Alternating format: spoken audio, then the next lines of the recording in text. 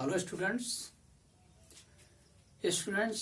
आज के लेक्चर में हम लोग पढ़ेंगे capacitance of N isolated spherical conductor, है ना। नेक्स्ट जो हमारा टॉपिक है capacitance of N isolated spherical conductor. Last time पे हम लोग पढ़े थे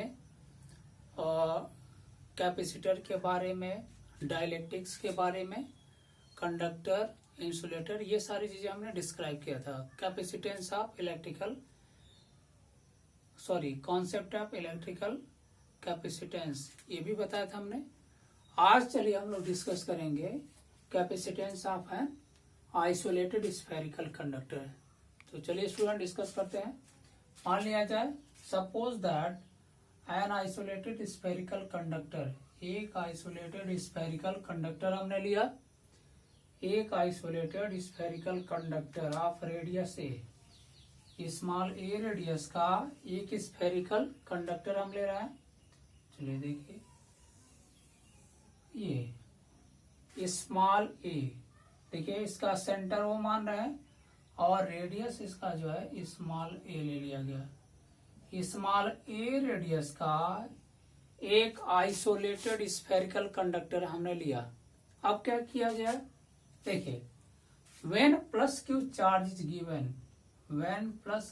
is given to this spherical conductor, क्या होगा, charge will be distributed over the outer surface of the sphere।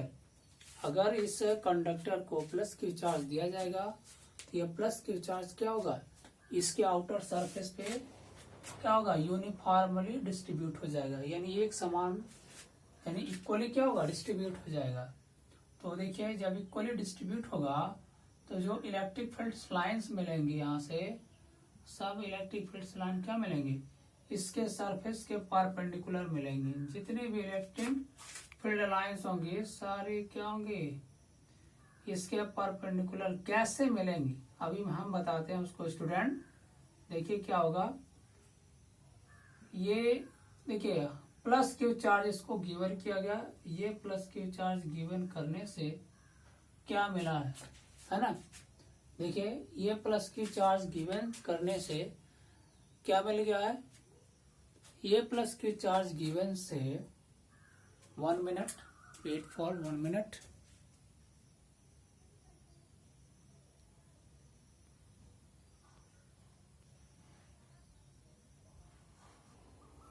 चलिए देखिए कोई बात नहीं, यहाँ देखिए हमने एक स्फेरिकल आइसोलेटेड कंडक्टर लिया, इसको प्लस क्यू, इसका रेडियस स्मॉल ए है, सेंटर ओ है, इसको प्लस क्यू चार्ज दिया जाएगा तो गिवन प्लस क्यू चार्ज इसके सरफेस पे यूनिफॉर्मली डिस्ट्रीब्यूट हो जाएगा।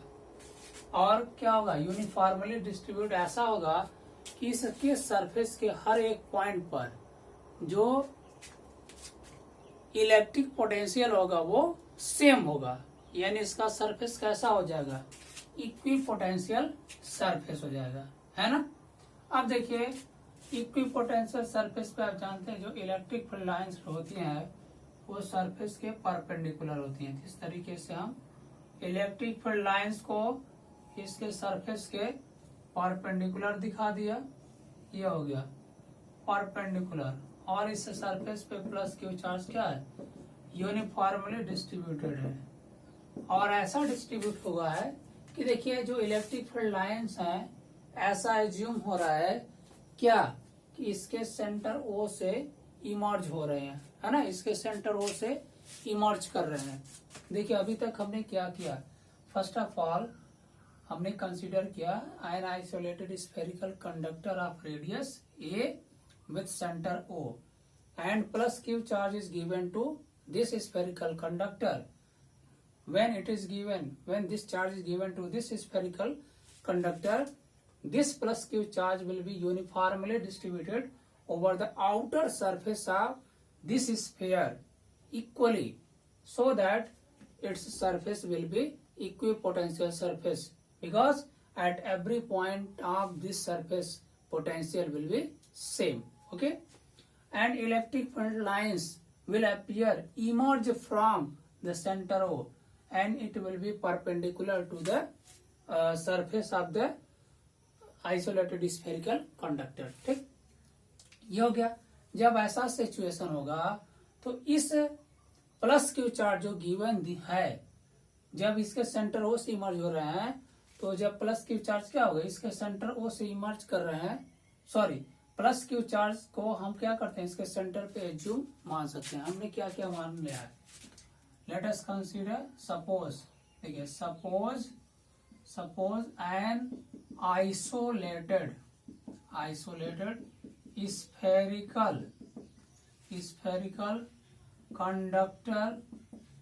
spherical conductor of radius small a and center O, है ना, सेंटर O। आगे क्या, when the plus q charge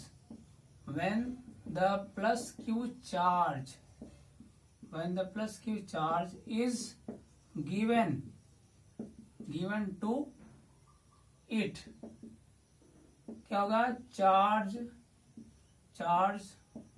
will be distributed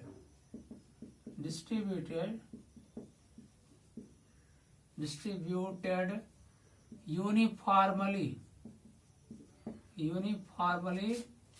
over the outer surface of the sphere। Okay, outer surface of the sphere कैसा, क्या होगा। अब देखिए क्या क्या पॉइंट्स हम बता दे रहे हैं, क्या क्या पॉइंट्स हो गए। आउटर सरफेस पे अब प्लस क्यू चार्ज गया, यूनिफॉर्मली डिस्ट्रीब्यूट हो गया। अब क्या होगा, देयरफॉर क्या होगा, hence we can say the surface of spherical conductor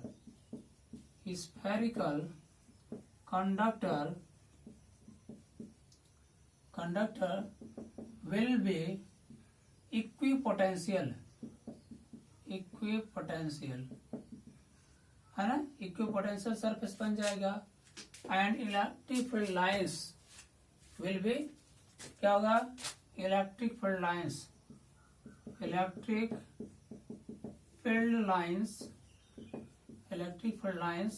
will be perpendicular to the surface of sphere and appears to emerge from center O, ठीक है ना। therefore क्या होगा, plus Q charge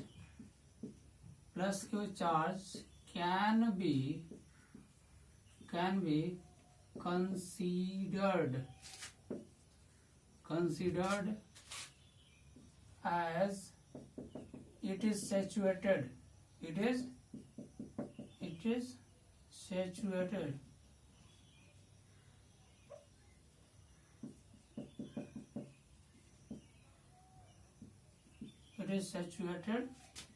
at O।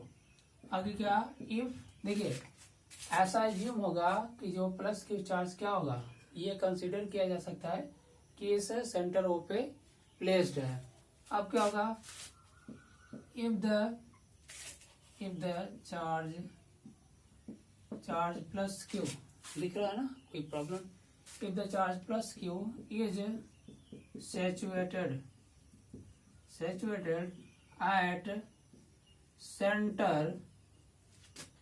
center O, then electric potential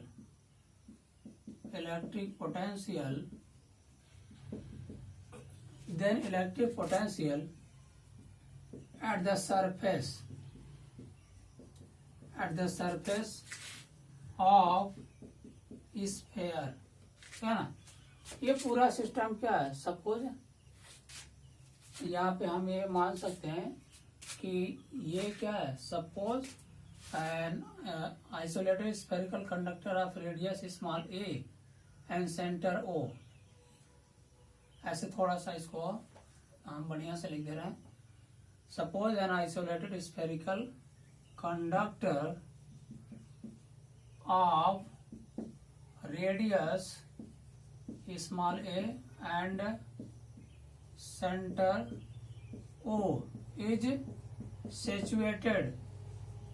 situated in air और vacuum भी लिख सकते हैं, ठीक है ना। अब क्या पोटेंशियल की वैल्यू जब लिखेंगे V इज इक्वल टू क्या होगा 1/4πε0 Q/A। देखिए जब ये चार्ज प्लस Q, यहाँ पे 1 मिनट वेट, 1 मिनट स्टूडेंट।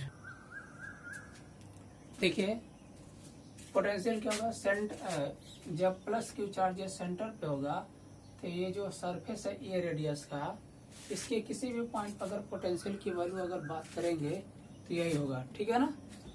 तो अब क्या, if C be the capacitance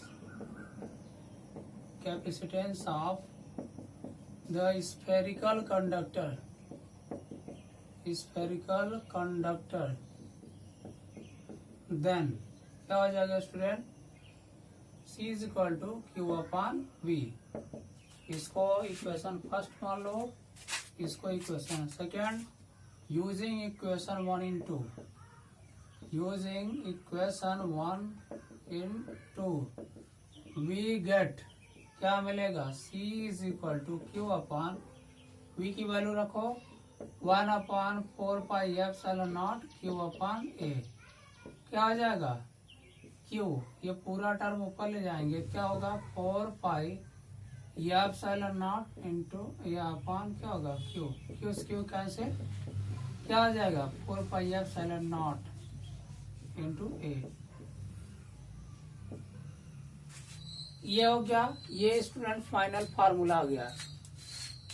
किसी स्फेरिकल कंडक्टर को जब एयर या वैक्यूम में रखते हैं और उसको प्लस Q चार्ज गिवन किया जाए तो क्या होगा, उसका जो कैपेसिटेंस होगा C is equal to 4πε0 into a होता है ना। इसके बाद देखिए if the sphere is placed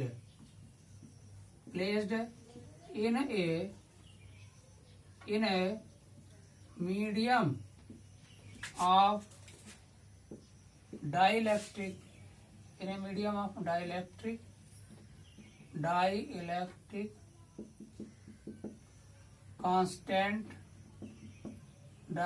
constant K, then क्या हो जाएगा, यही फार्मूला हो जाएगा C is equal to 4πε0 K भी साथ में आ जाएगा इंटू ए, ठीक है ना। जब कब होगा, जब इसी कंडक्टिंग स्फीयर को ऐसे मीडियम में रखा जाए जिसका डाइलेक्ट्रिक कांस्टेंट K हो, तो यहाँ पे साथ में ε0 के साथ किया जाएगा, ठीक है ना। इससे क्या क्लियर हो रहा है, ये पूरा का पूरा टर्म कांस्टेंट है ना, तो हम बोल सकते हैं C is directly proportional to A। आप सिंपल सी बात जानते हैं, अगर कोई बर्तन बड़ा होता है तो उसमें जो भी चीज रखा जाएगा अधिक से अधिक मात्रा में कंटेन होगा, ठीक है ना। तो उसी तरीके से अगर स्फेरिकल कंडक्टर का रेडियस बढ़ाएंगे, ठीक है ना, रेडियस बढ़ाएंगे तो इसका कैपेसिटेंस भी बढ़ेगा। C is directly proportional to A। If we increase the radius of the capacitance of a capacitor, if we increase the radius of a spherical conductor, then its capacitance will be also increases, है ना। तो student ये topic complete होता है यहाँ पे। अब next lecture में हम नेक्स्ट टॉपिक को डिस्क्राइब करेंगे। ओके स्टूडेंट्स, तो आज के लिए बस इतना। ओके।